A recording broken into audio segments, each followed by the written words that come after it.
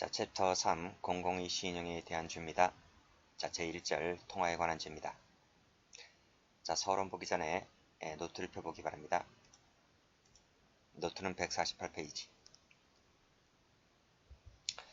자, 207조 1항이죠.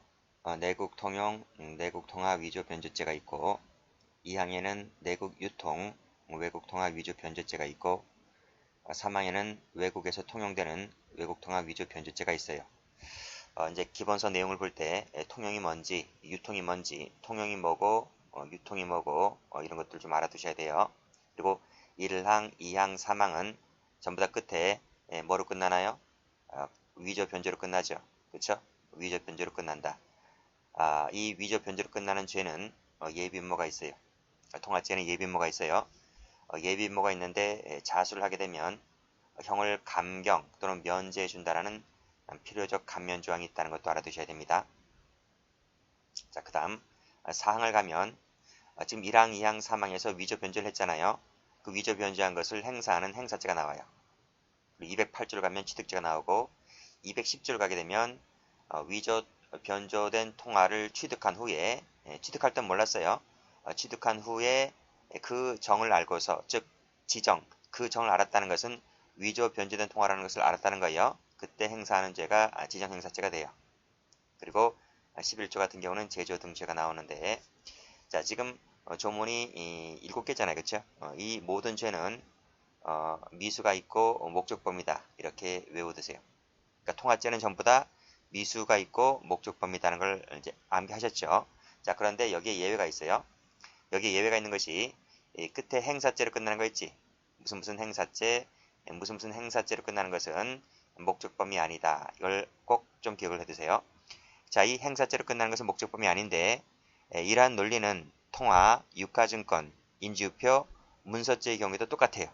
무슨 말인지 아시겠죠? 끝에 행사로 끝나는 것은 목적범위 아니다. 그리고 여기 있는 죄는 모두 미수를 처벌한다 했는데 요 210조 체크하시고 취득 후에 지정행사죄 있죠? 취득 후에 지정행사죄는 미수가 없어요. 미수가 없다. 기출된 적이 있습니다. 그래서 이거 좀 기억을 해두시고요. 다시 한번 정리할게요.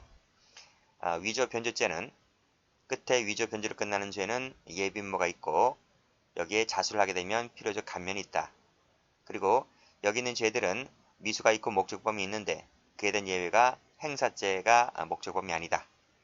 취득 후 지정행사죄는 미수처벌 조항이 없다. 이렇게 정리를 해주시면 되겠습니다. 네, 됐죠? 자, 그러면 다시 교재를 와서 보시면 자, 2번 보호법익부터 먼저 볼게요. 보호법익은 통화에 대한 공공의 안전과 신용이다 라고 되어 있고 추상적 위헌범위예요. 추상적 위헌범위인데 미수가 있어요. 그럼 목적범위라고 말씀드렸고 자, 1번 체크하시고 2번 체크하시고 시험에 전부 다 출제가 된 적이 있습니다. 그래서 끝에 지정행사죄는 미수가 없어요. 출제된 적이 있었다 했습니다.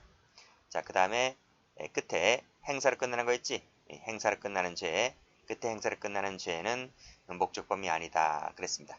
판매죄도 목적범위 아닌데 판매죄는 출제가 되지 않으니까 행사죄만 알아두시면 돼요. 아시겠어요? 이 행사죄만 꼭 좀 기억을 해두시고요. 자, 그래서 도표를 보게 되면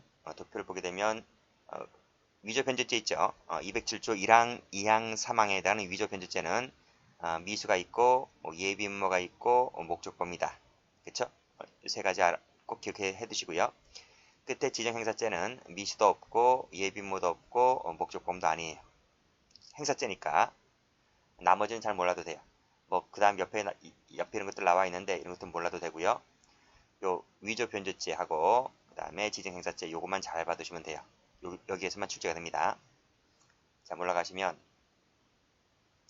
자, 1번 보세요. 통화죄는 이제 유가증권 문서죄를 배우잖아요. 이런 죄들보다는 특별 규정이다. 특별 규정이다 하는 게 판례입니다. 따라서 본죄가 성립을 하게 되면 그 다음에 배우는 유가증권이나 문서죄는 별도로 성립하지 않습니다. 자, 뒤에서 판례에서 배울 거예요. 자, 그 다음 쭉 내려와서 자, 예비음모죄 나와 있지? 제가 말씀드렸습니다. 207조 1항에서 3항까지만 예비음모가 있다. 그리고 단 앞에 끊으시고 자수했을 때는 형을 감경 면제한다는 필요적 감면 조항이 있다. 그치? 제가 저번 시간에 말씀드렸잖아요.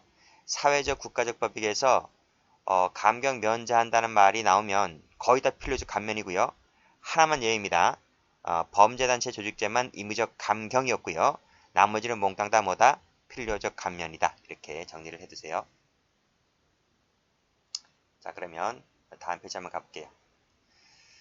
자, 조문 자체가 내국통화 위조변조죄지. 내국통화 위조변조죄. 자, 1항 행사할 목적으로, 목적 범위네요. 통용하는 대한민국의 화폐, 지폐, 은행권을 위조 변조했을 때 처리하는 범죄가 내국통화 위조 변조죄인데 다시 한번 노트 펴볼까요? 노트를 펴보시게 되면 제가 어떻게 써놨나요? 내국에서 통용되는, 그치? 내국에서 통용되는 내국통화 위조 변조죄. 이 말이 생략되어 있는 거예요. 내국 통용이란 말이 생략되어 있는 거예요. 됐죠? 내국 통용, 내국통화 위조 변조죄. 다시 한번 부여와 볼게요. 자, 객체 보세요. 통용하는 대한민국의 통화이다 그랬네요. 자, 이때 통화라고 하는 건 뭔가요? 통화라고 하는 것은 강제 통용력이 인정되는 것을 말한다 했어요. 강제 통용력이 뭔가요?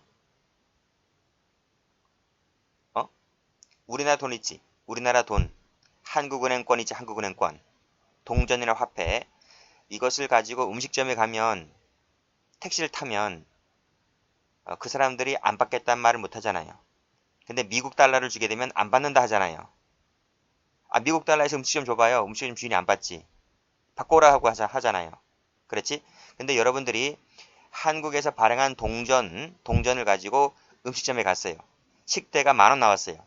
근데 그 10,000원을 10원짜리나 100원짜리를 줘요. 10,000원짜리 한 장 주는 것이 아니라 10원짜리, 100원짜리 이 동전으로 준다고요. 그럼 주인장이 거부하던가요? 안 받겠다 하던가요? 거부를 못 하잖아요. 그치? 그거를 뭐라 그래? 법률에 의해서 강제적으로 특정 화폐가 지불 수단으로 유통되는 힘! 이 힘을 뭐라 한다? 강제 통용력이라 한다. 우리나라 돈을 우리나라에서 쓰는 것은 저쪽 가게 주인이 안 받겠단 말, 거부한다는 말을 못 한단 말이죠. 무슨 말인지 알겠어요? 그것을 법률적으로 주어진 힘을 강제 통용력이라고 한다. 이런 말이에요. 자, 예를 볼까요? 통용기관이 경고하여 교환 중인 구화는 강제 통용이 없기 때문에 통화라고 부르질 않아요. 상평통보 있지? 조선시대 화폐. 조선시대 화폐를 주면 거부할 수 있잖아요. 그건 힘이 없잖아요. 유통기간이 경과했기 때문에. 그러니까 오늘날 유통되고 있는 우리나라 화폐를 동전을 주게 되면 거부할 수 없는 힘, 이것을 강제 통용력이라고 한다. 이렇게 보시면 돼요. 자, 밑에 보시게 되면 미달러 나오네요. 미국 달러는 우리나라에서 일정 지역에서 유통되는 것이지 통용되는 게 아니죠. 그래서 미국 달러와 우리나라 달러, 우리나라 화폐 비교 한번 해보시고. 자, 됐죠? 자, 그 다음 위조 갑니다. 위조. 발행권이 없는 자가 진정한 통화의 외관을 가진 물건을 만드는 것을 위조라고 합니다. 방법에는 제한이 없고요. 자, 그 다음 정도를 보시게 되면 일반 사람이 진짜 화폐로 진짜 화폐입니다. 50날 정도의 외관을 갖추면 되는 거예요. 자, 밑에 팔라 볼게요. 자, 파란색으로 세 번째 줄이네요. 지폐 앞뒷면을 전자복사기로 복사를 떴다 그랬습니다. 복사 세모 치시고. 이 복사 뜬 것은 뭐죠? 첫 번째 줄에 일반인이 진정한 화폐로 오신될 정도의 외관을 갖춰야 하는데, 그치? 오인할 정도의 외관을 갖춰야 하는데, 전자복사기로 복사 뜬 것은 오인할 정도가 되지 못했기 때문에 객체가 될 수 없다는 판례입니다. 이 시기가 언제지? 이 시기가 80년대입니다. 그쵸? 복사 뜬 판례가 뒤에 하나 또 나오긴 나와요. 그런데 최신 판례 같은 경우에는 요즘 복사기가 얼마나 좋아요. 그쵸? 그래서 요즘 복사기는 오인할 정도가 되는데 옛날 있죠. 옛날 3, 40년 전의 복사기는 조잡했습니다. 그래서 오인할 정도가 되지 않았기 때문에 객체될 수 없다. 이렇게 나와 있죠. 자, 사실관계 가보시게 되면 두 번째 줄에 복사 상태는 정밀하지 못하고 진정화폐 통화의 색채를 갖추지 못한 흑백으로만 되어 있었다. 흑백으로만 세무치시고 이런 정도의 외관이었기 때문에 객체에서 탈락되는 것입니다. 자, 비교되는 편은 뒤에 나오니까 그때 다시 한번 해드리고요. 자, 그 다음 판례 보시면 역시 약칠 세모 치시고 이것도 오인할 정도가 안 되었기 때문에 객체될 수 없다는 판례입니다. 자, 두 번째 변주를 가볼게요. 자, 변전은 역시 권한 없는 자가 진정한 화폐를 두고 여기에 가공을 하여 가치를 변경하는 것을 말하게요. 자, 구별은 변전은 진정한 화폐를 전제한다는 점에서 위조와 구별되죠. 또 하나가 뭐냐면 동일성이 유지가 되는 것입니다. 변조라고 하는 것은 진정화폐가 반드시 나와줘야 돼요. 동일성 유지. 진정화폐를 전제로 한다. 동일성 유지라고 하는 것은 통화, 유가증권, 문서제의 개념에서 거의 똑같아요. 자, 정도는 역시 일반 사람이 보았을 때 진정화폐로 오인할 정도가 되었을 때 변조가 되죠. 자, 밑에 1번 화폐 별표 쳐보시고요. 자, 판결 내줘볼게요. 피고인들이 한국은행 발행 500원짜리 주화 표면을 깎아내어서 손상을 가하였다. 모양 및 대부분의 문양이 그대로 남아있었다 했습니다. 자, 파란색으로 깎아냈다 세모 치시고 문양이 그대로 남아있었다 세모 치시고 그러면 밑에 줄 일반 사람이 봤을 때 진정한 화폐라고 오신할 정도가 돼야 한대요. 안 되잖아요. 사람 눈으로 식별이 가능하잖아요. 그렇죠? 그래서 일반인들을 속일 수가 없었기 때문에 변조가 되었다고 볼 수가 없다. 이렇게 보시면 돼요. 자, 그런데 밑에 가로 한번 열어보세요. 일본국 자판기는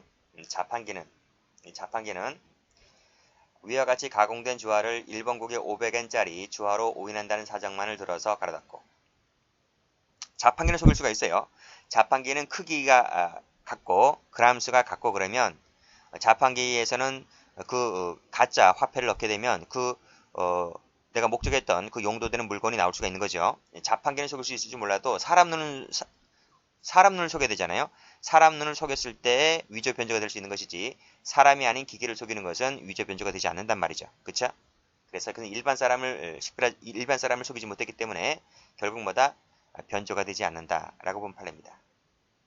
됐죠? 그렇게 받으시고요. 도표를 가보시게 되면 도표에서 제가 밑줄 꺼놨잖아요. 일반인이 오인할 정도가 된다.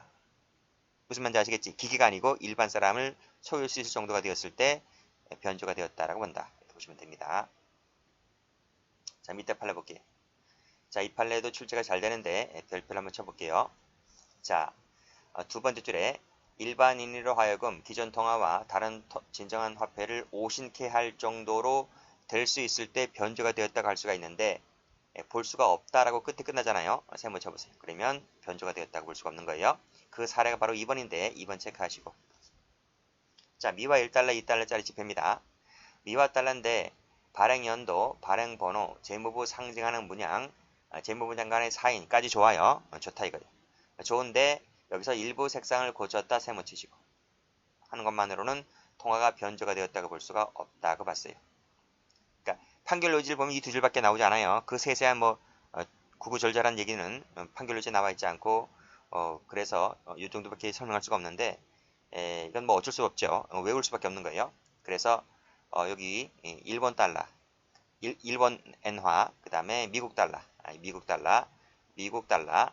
두 가지는 죄가 되지 않는다. 변조가 되지 않는다. 뒤에 스위스 화폐 한 번 더 나올 겁니다. 그래서 미국 달러, 일본 엔화, 스위스 화폐 이 세 가지는 모두 다 죄를 인정하지 않았어요. 자, 보시고 그래서 미화 일부 색상을 고친 것만으로는 일반인이 보았을 때 진정한 화폐로 오신케 할 정도가 아니었기 때문에 변조라고 볼 수가 없다. 이렇게 정리해 두시면 됩니다. 자, 목적범위죠. 그래서 행사할 목적이 있어야 한다라고 했습니다. 자, 판례 별표 쳐보시고 자, 행사할 목적이라고 하는 것은 통화죄니까요. 통화죄니까 빨간색으로 유통 동그라미, 유통성이 본질이죠. 유통에 놓겠다는 것을 말한다. 그 점에서 유가증권하고 달라요. 자, 따라서 자신의 신용력을 증명하기 위하여 타인에게 보일 목적으로 통화를 위조했다고 했을 때 보일 목적에다 세모 치시고 이건 보일 목적이지 유통성이 아니지 않습니까? 그래서 목적이 있었다고 볼 수가 없기 때문에 통화죄가 성립하지 않는다는 판례입니다. 자, 다음 자, 2항을 가볼게요. 행사할 목적으로 내국에서 유통하는 외국의 화폐 지폐 은행권입니다. 그렇죠? 여기서는 유통이죠. 유통 밑줄 그시고 그렇죠? 그래서 유통을 해서 앞에 글씨와 뒤에 글씨가 달라요. 그쵸? 여기는 내국이고 여기는 외국이잖아요. 그쵸? 노트 펴볼까요? 노트를 펴보시게 되면 이란 같은 경우에 통용이잖아요. 통용이기 때문에 앞에 내국, 뒤에 내국이잖아요. 통용 앞글씨 내국, 뒷글씨 내국이잖아요. 그치? 그러나 유통이라고 하는 것은 앞글씨와 뒷글씨가 달라요. 무슨 말인지 알겠지? 그래서 사망 같은 경우에 통용을 해야 되는데 앞에 통용이고 앞에 외국이고 뒤에 외국이잖아요. 그쵸? 그러니까 앞글씨와 뒷글씨가 같아야지 통용이 되는 거야. 앞글씨와 뒷글씨가 다르면 통용이 아니고 유통밖에 안 됩니다. 이건 암기가 아니고 이해하는 건데. 자, 다시 한번 보시면 자, 내국에서 유통하는 외국의 화폐 지폐 은행권이다. 그래, 미국 달러 생각하시면 돼요. 이태원에서 많이 통용되고 있죠. 이태원에서 많이 유통되고 있죠. 자, 그래서 이렇게 하면 틀리다는 거예요. 내국에서 유통하는 외국 통화가 객체인 것이지. 예. 내국에서 통용되는 외국 통화라는 것은 없어. 없다고. 어? 이런 거는 객체가 되지 않아요. 자, 그 다음. 자, 유통 2번 체크하시고. 유통이라고 하는 것은 강제 통용이 없는 거죠. 강제한 힘이 없는 거예요. 그냥 사실상 거래 대가의 지급수단이 되고 있는 상태를 말한다고 했습니다. 자, 됐고. 자, 판례 보시게 되면 유통이라는 말의 의미가 뭐라고요? 그래, 강제 통용이 없는 것을 말한단 말이죠. 자, 파란 펜 들어보시고 스위스 화폐 세무 쳐보세요. 자, 98년도까지는 통용되었으나 현재는 통용되지 않고 다만 스위스 은행에서 신권과의 교환이 가능한 진폐, 한자가 참진짜지 참된 화폐입니다. 화폐가 우리나라에서 유통하는 외국 화폐에는 해당하지 않는다. 유통으로 볼 수가 없다고 봤습니다. 됐죠? 그러니까 이건 외울 수밖에 없는 거예요. 어떻게 따로 설명할 수 있는 방법도 좀 묘하고 앞에 일본 또는 이해가 쉽고 그다음 미국 달러하고 스위스 화폐는 외우셔야 됩니다. 그래서 미국 달러는 변제라고 볼 수가 없다. 스위스 화폐는 유통으로 볼 수가 없다. 이렇게 해서 전부 다 무죄 처리를 했다. 이렇게 정리하시면 될 것 같아요. 됐습니다. 자, 그 다음 페이지 한번 가보시면 자, 사망이죠. 자, 행사할 목적으로 외국에서 통용하는, 그래서 통용하는, 앞글씨가 외국이고 뒷글씨 외국이지, 그치? 예, 하는 화폐 지폐 은행권을 위조 변제했을 때 성립하는 범죄다, 이런 말이에요.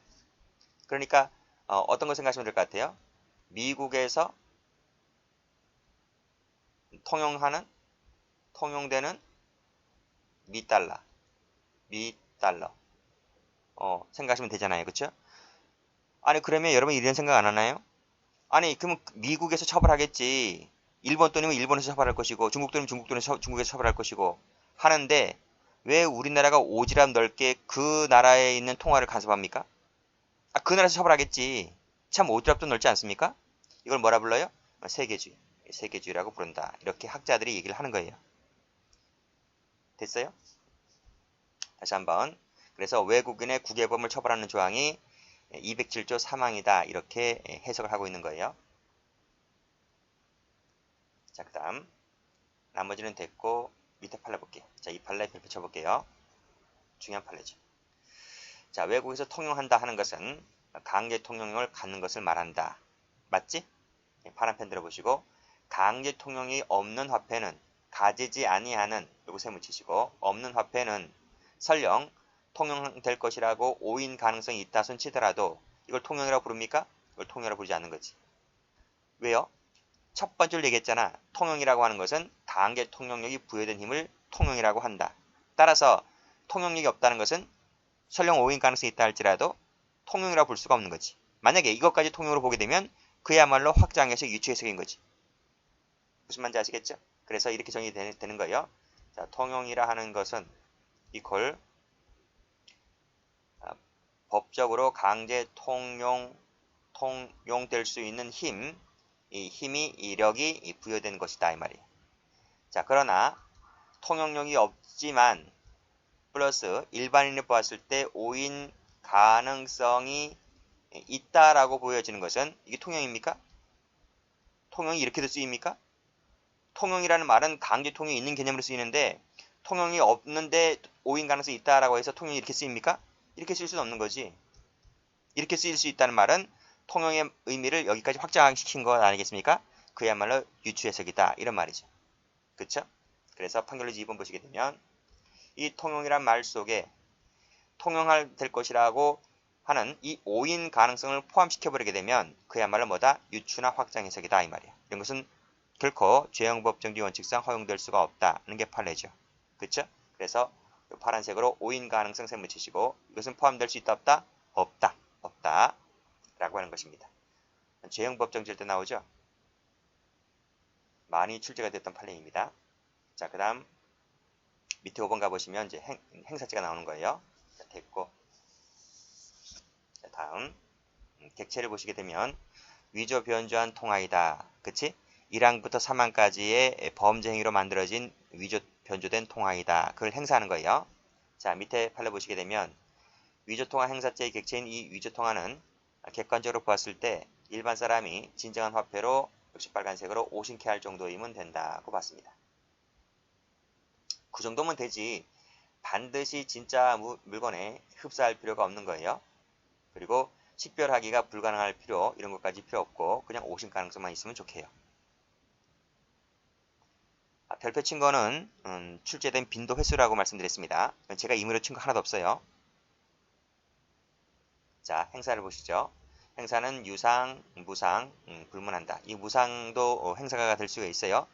남에게 증여한다, 기부한다는 것도 행사가 될 수 있어요. 자, 밑에 판례 보시게 되면 빨간색으로 증여, 이것도 행사가 된다. 됐지? 자, 올라가시면 통화죄의 본질은 유통성이 있는 것이죠. 유통시킬 것을 요한다. 유통시키면 되는 것이지 진짜 화폐임을 주장할 필요까지는 없는 거예요. 자, 단순히 신용력을 보이기 위해서 제시를 했다. 빛이 열람을 했다. 이것은 행사가 아니에요. 행사가 아니고 왜? 유통시키는 것이 아니잖아요. 그러나 도박자금으로 쓰인 것은 유통시키는 거잖아요. 공중전화기에 넣었다는 것도 유통시키는 것이고요. 그래서 기억번은 행사가 안 되지만 니은번은 행사가 될 수가 있어요. 자, 여기서 노트 말고 노트 나와 있는데 자, 노트 나와 있어요. 노트를 보시게 되면 여기 밑에 나와 있잖아요. 노트 나와 있는데 이거 보지 마시고 더 자세한 것이 교재에 있어요. 교재. 네, 교재 어디에 있는가 하면 유가증권 파트, 유가증권에서 그 행사죄 파트 한번 펴보세요. 뒤로 한번 넘겨보세요. 그러면 이 도표가 한 장 나오죠. 기본서에. 거기 보세요. 자, 각종 행사죄의 비교가 나올 겁니다. 참 중요한 거예요. 그래서 여기다가 별표를 크게 박아두세요. 자, 통화죄에도 행사죄가 나오고요. 유가증권에도 행사죄가 나오고 문서죄에도 행사죄가 나와요. 그런데 의미가 다 틀려요. 자, 먼저 통화죄 볼게요. 통화죄는 유통성이 본질이라 했습니다. 그래서 통화는 유통시키는 것 자체가 행사가 될 수가 있어요. 행사가 될 수가 있다. 그러나 제시, 제출, 비치 열람은 유통성이 아니기 때문에 행사가 될 수가 없다. 없다. 됐습니까? 자, 그 다음이 정을 아는 자에게 교부하는 것 자체가 행사가 될 수 있을까? 정이라는 게 무슨 말이야? 위조 변제되었다는 그 정을 아는 자에게 주는 것 자체가 행사가 될 수 있을까? 라고 하는 것인데 될 수 있다는 거야. 될 수가 있다.